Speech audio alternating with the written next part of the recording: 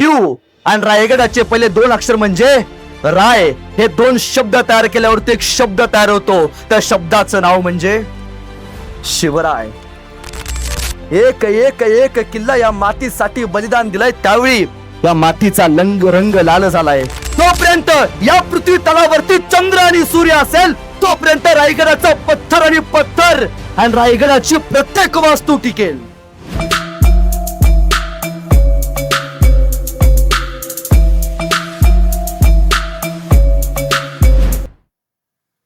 महाराजांचे समृद्ध वारसा म्हणजे महाराजांचे गडकिल्ले. किती लोकांना वाटतं गडकिल्ले बघावेत. महाराजांचा जन्म झाला त्या किल्ल्याचं नाव काय? काय नाव? आवाज आला पाहिजे. जेवलाय का नाही? काय नाव? शिवनेरी. महाराजांचा मृत्यू झाला त्या किल्ल्याचं नाव काय? रायगड.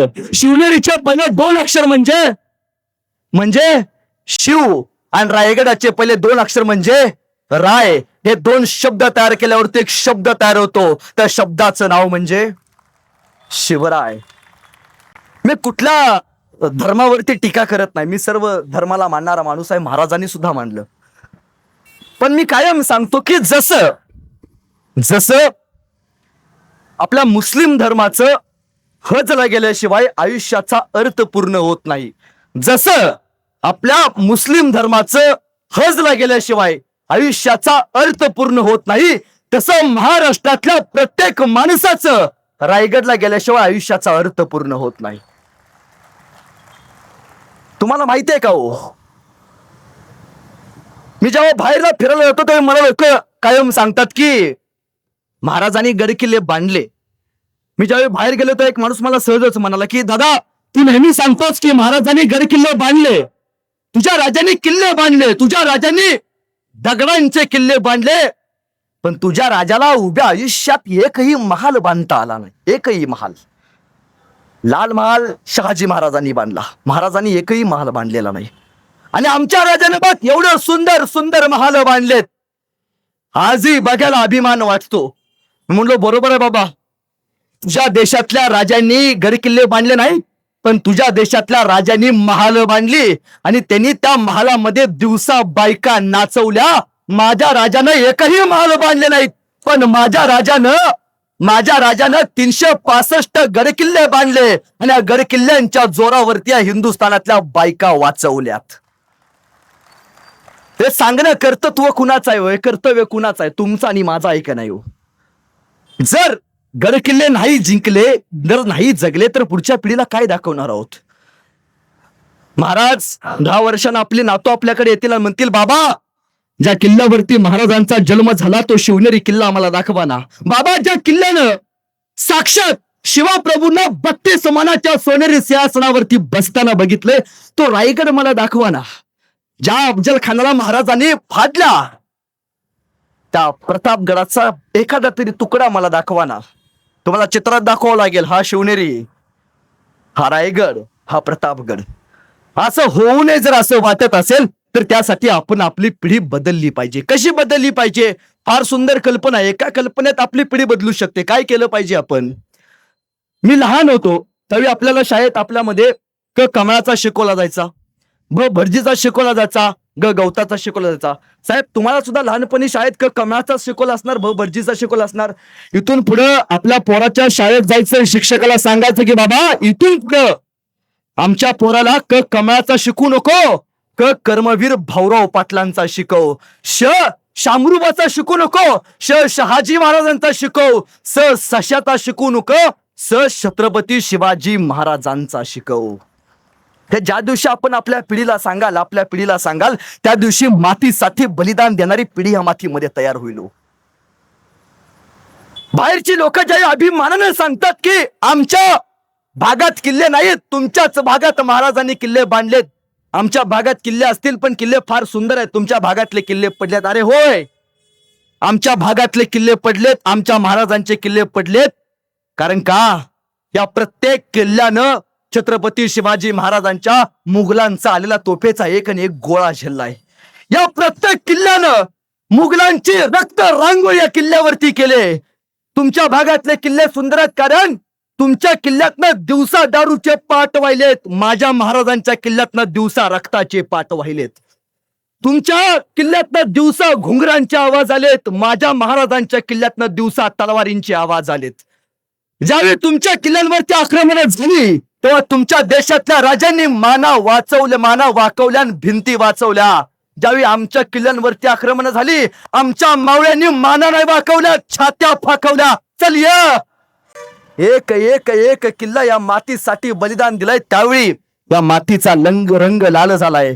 कधीतरी कार्यक्रम सुटल्यानंतर इथला एखादा माती उचला आणि ढेकूळ हातात घ्या आणि तो ढेकूळ पाण्यावरती टाका. त्या पाण्यावरती आलेला लाल तरंग या मातीसाठी बलिदान दिलेला आपल्या मर्द मराठ्यांचा असेल. पण मी कायम सांगतो, एक गोष्ट अभिमानानं सांगतो की छत्रपती शिवाजी महाराजांचा रायगड बघा. रायगड का बघायचा? किती लोक रायगडला गेले? हात वरती करा. एवढ्या लोकांनी रायगड बघितला, हात खाली करा. गोव्याला किती लोक गेली खरं सांगायचं?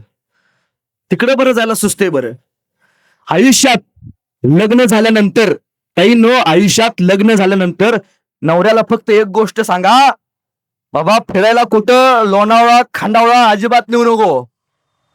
लग्न झाल्यानंतर एकच इच्छा व्यक्त करा, मला आयुष्यात फक्त एकदा छत्रपती शिवाजी महाराजांचा रायगड दाखव. रायगड कसा बघायचा? आपली लोक जातात, वयाच्या 70व्या वर्षी रायगड बघायला जातात. कारण देतात, चालायला येत नाही, रोपवेत बसतात, वरती जातात. 70व्या वर्षी किल्ले बघायचे नसतात, 70व्या वर्षी घरात बसायचं असतं आणि वयाच्या 32व्या वर्षी किल्ले बघायला बाहेर फिरायचं असतं. तिथून पुढे किल्ल्यावरती गेल्यावरती रायगड बघायला जाल, त्यावेळी रायगडाच्या रोपवेनं नका जाऊ, रायगडाच्या प्रत्येक पायरीने चालत जावा. का जावा? ज्या दिवशी डोक्याच्या कपाळाचा घाम पायाच्या नखापर्यंत पोहोचेल, त्यावेळी छत्रपती शिवाजी महाराजांच्या मावळ्यांच्या रक्ताचा इतिहास तुम्हाला समजेल असं मला वाटतं. आणि किल्ल्यावरती गेल्यावरती आपण काय बघतो? महाराजांची हत्तीशाळा, महाराजांची तोपशाळा, महाराजांची घोडशाळा. इथं पासून गेल्यावरती किल्ल्यावरती एक गोष्ट बघायची. कान देऊ नाही का? मी छाती ठोकून सांगतो, पुराव्यानिशी सांगतो, जगाच्या पाठीवरती एकमेव असा राजा आहे, ज्यानं स्वतःच्या वास्तूची गॅरंटी दिली. स्वतःच्या वास्तूची गॅरंटी. साहेब माईकची गॅरंटी आहे काय साहेब तुम्हाला? किती वर्ष टिकणार आहे? नाही म्हणतात. इथं माणसाची गॅरंटी नाही, माईकचं काय घेऊन बसलाय. पण महाराजांनी त्यांच्या वास्तूची गॅरंटी दिली. कुठे दिले? रायगडावरती जायचं, महाराजांच्या समाधीपाशी उभा राहायचं आणि फक्त पाठीमागं बघायचं. दगडावरती जगातल्या सगळ्यात मोठ्या इंजिनियरचं वॉरंटी कार्ड आहे. दगडामध्ये एक शिलालेख आहे. तर शिलालेखात महाराज असं म्हणतात, मी नाही बरं का, महाराज असं म्हणतात, रायगडाचं वॉरंटी कार्ड आहे. महाराज म्हणतात, शेवटचं वाक्य आहे, याव चंद्र दिवा करोती. म्हणजे काय? जोपर्यंत या पृथ्वी तलावरती चंद्र आणि सूर्य असेल तोपर्यंत रायगडाचा पत्थर आणि पत्थर आणि रायगडाची प्रत्येक वास्तू टिकेल. कुठपर्यंत? चंद्र सूर्य असेल तोपर्यंत. जगाच्या पाठीवरती एकमेव असा इंजिनियर आहे, ज्यानं पहिल्यांदा किल्ल्यावरती शौचालय बांधायचा शोध लावला. अमिताभ बच्चनचा घसा बसला हरघर शौचालय करून, पण शौचालयाची रेंज आमच्या डोक्यात गेली नाही. नगरला एके ठिकाणी गेलतो गणेश उत्सवाला. साहेब, एका म्हातारीनं गणपती त्या शौचालय सरकारनं मंजूर केलं त्या खोपऱ्यात बसवला होता. मी म्हणलो, काकू असं का? नाही म्हणले, वर्षभर मी पत्र्याच्या घरात राहायला आली, निदान गणपती तर स्लॅबच्या घरात राहील. कमकुत मानसिकता झाली हो आमची. पण महाराजांनी शौचालय बांधले. कुठं बांधले? रायगडावरती गेल्यावरती गाईड्सला म्हणायचं, एकदा महाराजांचं शौचालय दाखव, विष्ठेचं डिकम्पोजेशन कसं करायचं. जगाच्या पाठीवरती एकमेव तंत्र जे महाराजांनी निर्माण केले. तुम्ही म्हणणार जमिनीवरती कोणाला पण बांधायला येते. नाही रे, महाराजांनी समुद्रात शौचालय बांधले. सिंधुदुर्ग किल्ला कधीतरी बघून या. समुद्राच्या पाण्यामध्ये विष्ठेचं डिकम्पोजिशन कसं करायचं याचं तंत्र महाराजांनी शिकवलंय. कधी प्रश्न पडलाय का हो? कधी प्रश्न पडलाय सिंधुदुर्ग गेल्यावरती साईडनं सगळं खारी पाण्यामध्येच गोड पाणी कसं काय हो? कसं काय पाणी? रेन वॉटर हार्वेस्टिंग, पडणाऱ्या पावसाचं पाणी साठवायचं आणि पिण्या योग्य करायचं. जगाच्या पाठीवरती फक्त एकाच राजाला जमलं, ते म्हणजे छत्रपती शिवाजी महाराज.